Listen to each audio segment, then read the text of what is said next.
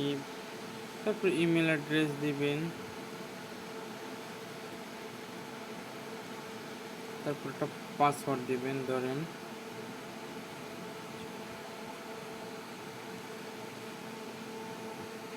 একটা strong password দিবেন। আমি জাস্ট আপনাকে মানে নর্মাল একটা দেখা দিচ্ছি। আপনার স্ট্রং পাসওয়ার্ড দিবেন। দেখতে পাচ্ছেন এখান থেকে আপনারা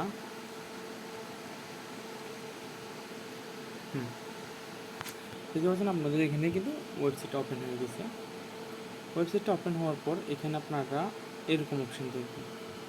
এরকম অপশানের মধ্যে আপনারা আপনি ধরেন ফেসবুক সার্ভিসটা নিতে চাচ্ছেন। হ্যাঁ, এখানে একটা ফেসবুক নামে অপশান আছে। আপনি ধরেন ইউটিউব নিতে চাচ্ছেন, এখানে অপশান আছে। আপনি ইনস্টাগ্রাম নিতে চাচ্ছেন, এখানে অপশান আছে। আপনি টুইটার আছে, মানে জাস্ট লোগো আছে, দেখতে পাচ্ছেন। ধরুন আমি ফেসবুকের উপর যদি ক্লিক করি, হ্যাঁ, ফেসবুকে যত ধরনের সার্ভিস আছে আমার এই জায়গায় শো করবে। আমি যখন ইউটিউবে সার্ভিসে যখন ক্লিক করবো, কিন্তু এখানে ওদের এখানে মনে হয় কোনো আপডেট চলতেছে, সেখানে সার্ভিসগুলো মনে হয় কাস্টমাইজ করতেছে ওরা। ওদের প্রাইস আপ ডাউন করার কারণে ওয়েবসাইটেও মাঝে মধ্যে সার্ভিসগুলো একটু ডিজেবল হয়ে আবার অ্যাক্টিভ হয়ে যাবে। তো এখান থেকে আপনারা নিতে পারবেন। মানে এখানে আপনি জাস্ট যে সার্ভিসটা নিতে চাচ্ছেন সেই সার্ভিসটার উপর ক্লিক করবেন। এখানে জাস্ট আপনার পেজের লিঙ্ক বসায় দিবেন। তারপরে এই জায়গায় আপনি কত ফলোয়ার নিতে চাচ্ছেন এখানে দেখতে পারবেন।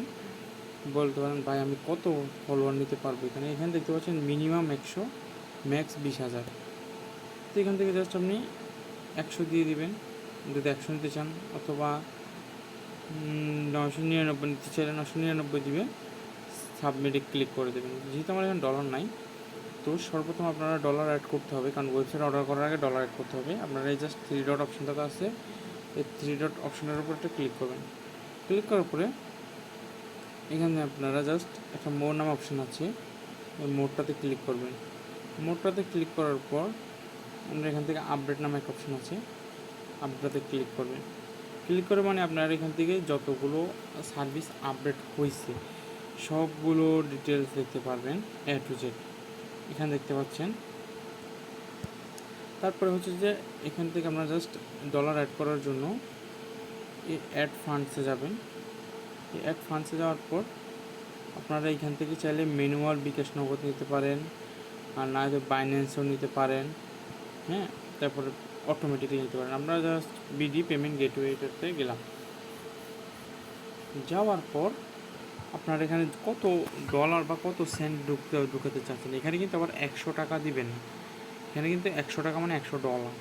ধরেন আমি 0.10 ইউজ করবো। হ্যাঁ, ধরুন 0.10 দিলাম। এখানে কি আমি বিকাশে নেব না নগদে নেব? যেমন নগদে নিলে আমার থেকে এই নাম্বারটা কপি করে আমি নগদে সেন্ড মানি করার পর একটা ট্রানজ্যাকশন নাম্বার আসে, ওই ট্রানজ্যাকশন নাম্বারটা জাস্ট এরকম করে বসায় দিয়ে ভেরিফাইতে দিব। যেহেতু আমার এখানে ভেরিফাইয়ে টাকা নাই, আপনি সত্যিকারের টাকাটা পাঠাইছেন, পাঠানোর পর ট্রানজ্যাকশন নাম্বারটা বসাবেন, তারপর আপনার ফোন নাম্বারটা লিখে দেবেন, ভেরিফাইতে দিয়ে রাখবেন। অটোমেটিকলি ওদের কাছে একটা নোটিফিকেশন চলে যাবে। এখানে দেখতে পাচ্ছেন আপনার পেমেন্টটির জন্য ধন্যবাদ, পেন্ডিং রয়েছে। এটা একটা নোটিফিকেশান আসবে আপনার। তো তারপর আপনারা ওয়েট করবেন, অথবা আপনারা বিকাশ চাইলে বিকাশ ইউজ করতে পারেন। আমি দেখা যায় আরেকবার বিকাশ দিয়েও এখানে বিকাশ পার্সোনালও আছে, সেমভাবে সেন্ড মানি করবেন। আর মার্চেন্টও আছে, আমি দেখা যায় এখান থেকে বিকাশ লাইভে ক্লিক করবেন। বিকাশ লাইভে ক্লিক করার পর আপনি এখান থেকে জাস্ট আপনার নাম্বারটা বসায় দিবেন, তারপর কনফার্মেশন কোড দিবেন, কাজ অটোমেটিকলি হয়ে যাবে, অটোমেটিকলি ডলারটা ঢুকে যাবে। আমার মতো বিকাশ লাইভ দিয়ে ইউজ করা ভালো, এটা অটোমেটিকলি ঢুকে। আর স্যান্ড মানিগুলো অনেক সময় টাকা ঢুকতে চায় না, তখন একটু প্রবলেম ইস্যু দেখায় আর কি। তো এতটুকুই, ধন্যবাদ, ভালো থাকবেন, সুস্থ থাকবেন, আল্লাহ হাফিজ, আসসালামু আলাইকুম।